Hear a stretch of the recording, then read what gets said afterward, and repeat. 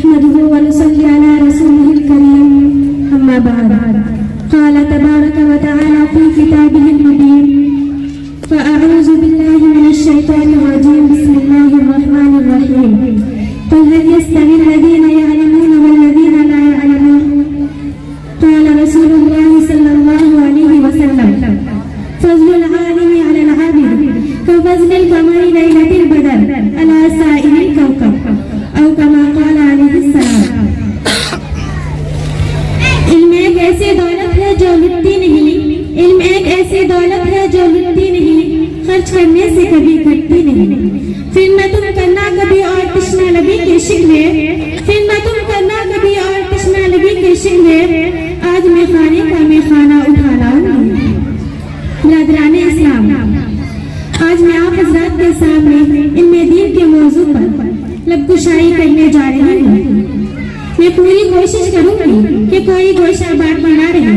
امید ہے کہ آپ سب سنجیدگی اور متانت کے ساتھ سماعت فرمائیں گے. آپ حضرات نے علم دین کی فضیلت و اہمیت کو بہت ساری کتابوں میں پڑھا ہوگا، بہت سارے مفکروں سے سنا ہوگا، بہت سارے دانشوروں سے سنا ہوگا، بہت سارے آدمیوں سے سنا ہوگا، بہت سارے مقرروں خطیبوں سے سنا ہوگا.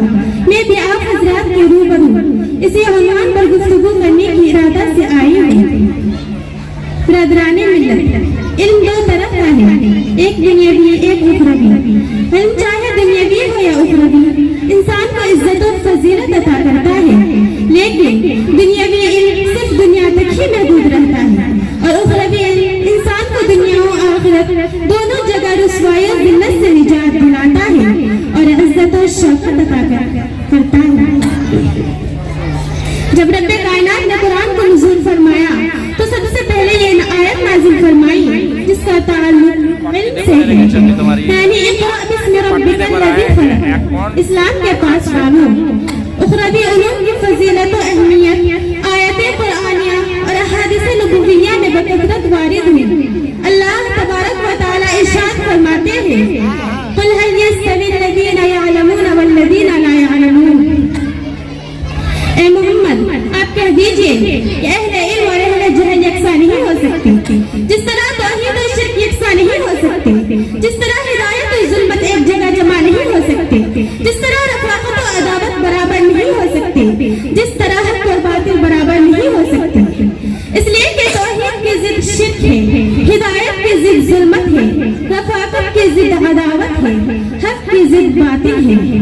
اور ایک قاعدہ ہے کہ اجتماعی ضدین محال ہے، اسی طرح اہل علم اور اہل جہل یکساں نہیں ہو سکتے.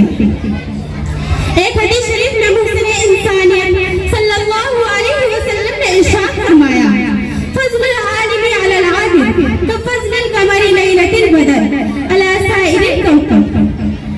عالم کی فضیلت عابد پر ایسی ہے جیسے کہ چودھری چاند کی فضیلت تمام ستاروں پر. حضرت عبداللہ بن عباس رضی اللہ تعالیٰ عنہ فرماتے ہیں کہ دوسرے مومنوں کے مقابلے میں اہل علم کے ساتھ 100 درجات زیادہ ہوں گے، اور ہر درجوں کے درمیان مسافت 500 برس کی مسافت کے برابر ہوں گے. برادران ملت، لیکن آج کے دور کے مسلمان اپنے بچوں کو اسلامی تعلیمات سے دور رکھتے ہیں اور کم سن بچوں کو آفرینگی تعلیمات دیتے ہیں. یہ صرف شیطانی فریب ہے.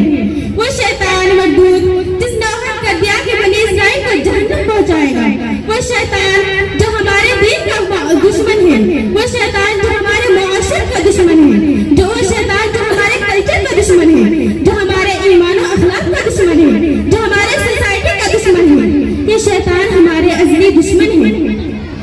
اپنے خوبصورت اور رنگین جان میں پھنسا کر ہمیں تعلیمات اسلامیہ سے دور کرنا چاہتا ہے.